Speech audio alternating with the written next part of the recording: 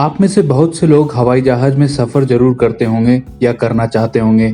ऐसे बहुत लोग हैं जो हवाई जहाज में सफर तो कर लेते हैं, लेकिन इससे जुड़ी जानकारियों के बारे में उन्हें नहीं पता होता या कम पता होता है। इस वीडियो में हम एरोप्लेन यानी हवाई जहाज या जिसे चील गाड़ी भी कहते हैं से जुड़े सवालों का जवाब देंगे। पहला सवाल, हवाई जहाज की खिड़की गोल या अंडाकार क्यों होती है और इसमें छोटा सा छेद क्यों होता है? दूसरा, हवाई जहाज के टायर में कौन सी हवा भरी जाती है और इसे कब बदला जाता है? तीसरा, पायलट और को पायलट को किस तरीके का खाना दिया जाता है? चौथा, हवाई जहाज में कौन सा फ्यूल भरा जाता है और ये कितनी माइलेज देता है? पांचवा, दुनिया का सबसे बड़ा यात्री हवाई जहाज कौन सा है? छठा और आखिरी सवाल, क्या हवाई जहाज में रिवर्स गियर होता है? तो चलिए आगे बढ़ते हैं। अगर आपने चैनल सब्सक्राइब नहीं किया है तो कर लें और बेल आइकन प्रेस कर लें ताकि नए वीडियोस के नोटिफिकेशन आपको मिलने लगें।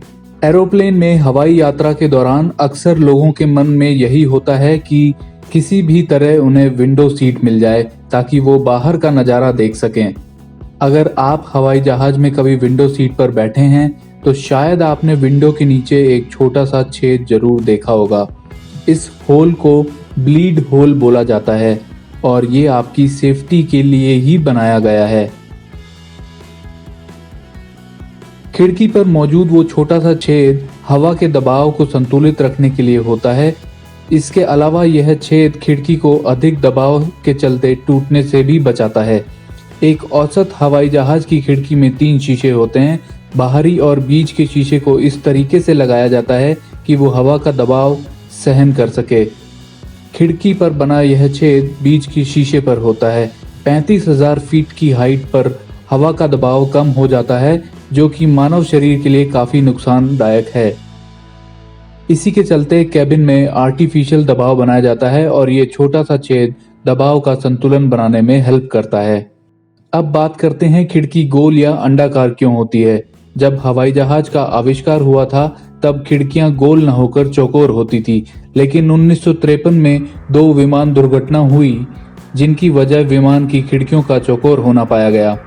चौकोर होने के कारण खिड़कियों पर प्रेशर पड़ने की वजह से वो टूट जाती थी और इस कारण खिड़कियों को गोल बनाया गया, जिसकी वजह से प्रेशर वितरित हो जाता है और दुर्घटना होने की संभावना कम हो जाती है। अब दूसरा फैक्ट, प्लेन के टायर नाइट्रोजन से भरे होते हैं क्योंकि नाइट्रोजन गैस ऑक्सीजन के कंपैरिजन में हाई टेम्परेचर सहन कर सकती है। नाइट्रोजन ठंडी होती है और टायर के रखरखाव के लिए भी बेहतर है। नॉर्मल एयर के ज़्यादा ऊंचाई पर टायर में से निकलने के चांसेस ज़्यादा होते हैं और कम हवा के कारण लैंडिंग के वक्त टायर फटने के चांसेस बढ़ जाते हैं, इसलिए नाइट्रोजन गैस भरी जाती है। ऑक्सीजन हाई टेम्परेचर और ऊंचाई सहन करने में सफल नहीं है, इसलिए प्लेन के टायर्स में नाइट्रोजन ही भरी जाती है। आपको बता दें कि यात्री हवाई जहाज के एक टायर की कीमत लगभग $3,500 यानी लगभग 2.5 लाख रुपए है। ज्यादातर लोग मानते हैं कि इसे हर लैंडिंग के बाद बदल दिया जाता है, लेकिन ऐसा नहीं है। हाँ, ये सही है कि टायर जल्दी घिसता है और करीब 200 से 250 लैंडिंग के बाद इसे बदल दिया जाता है। आपने ऊंट गाड़ी में लगे टायर जरूर देखे होंगे। अगर आपने गौर किया होगा तो आप पाएंगे कि हवाई जहाज में लगने वाले टायर घिसने के बाद बाजार में बिकते हैं और इसे ऊंट गाड़ी में भी लगाया जाता है। क्या आपने सुना है एयरक्राफ्ट को वाटर सल्यूट क्यों दिया जाता है? चलिए आपको बताते हैं। एयरपोर्ट पर शायद ही आपने ये कभी देखा होगा, लेकिन जब भी कोई नई एयरलाइन पहली बार किसी एयरपोर्ट से उड़ान भरती है तो उसे वाटर सल्यूट दिया जाता है। ये सल्यूट एयरलाइन के बंद होने और प्लेन के कैप्टन या एयर ट्रैफिक कंट्रोल के किसी सदस्य के रिटायरमेंट पर भी दिया जाता है। इसमें फायर ब्रिगेड प्लेन के दोनों तरफ से पानी डालते हैं, जिसे एविएशन की भाषा में वाटर सल्यूट बोला जाता है। बात करते हैं पायलट और को पायलट के खाने की। दोनों को सलाह दी जाती है कि जब वो ड्यूटी पर हों तो एक जैसा खाना ना खाएं। ऐसा इसलिए कहा जाता है क्योंकि फूड पॉइजनिंग की शिकायत से बचा जा सके और कोई एक पायलट विमान संभाल सके। अब आती है बारी हवाई जहाज की माइलेज की। भारी भरकम हवाई जहाज 1 किलोमीटर चलने में कितना ईंधन इस्तेमाल करता है, इसका जवाब जानकर आपको जरूर हैरानी होगी। हवाई जहाज प्रति सेकंड में लगभग 4 लीटर ईंधन खर्च करते हैं। बात करें बोइंग 747 की, तो ये 1 मिनट की यात्रा के दौरान 240 लीटर ईंधन खर्च कर देता है। ये ईंधन केरोसिन आधारित रहता है और जल्दी आग नहीं पकड़ता। अगर बोइंग 747 1 किलोमीटर में 12 लीटर ईंधन खर्च करता है, तो इसका मतलब ये है कि 500 यात्रियों को 12 लीटर ईंधन में लगभग 1 लीटर का सफर कराती है। अनुमान लगाया जाए तो बोइंग 747 अपने 100 किलोमीटर के सफर में प्रति व्यक्ति 2.4 लीटर ईंधन खर्च कर रहा है। वास्तव में ये आपकी कार से भी कम है। विश्व के सबसे बड़े यात्री हवाई जहाज में अगर आपकी सफर करने की तमन्ना है तो ये है एयरबस A380। 1988 में इसे बनाने की शुरुआत हुई ताकि ये बोइंग 747 विमान से चुनौती ले सके। एयरबस 380 डबल डेकर हवाई जहाज है जिसमें एक साथ 525 यात्री सफर कर सकते हैं।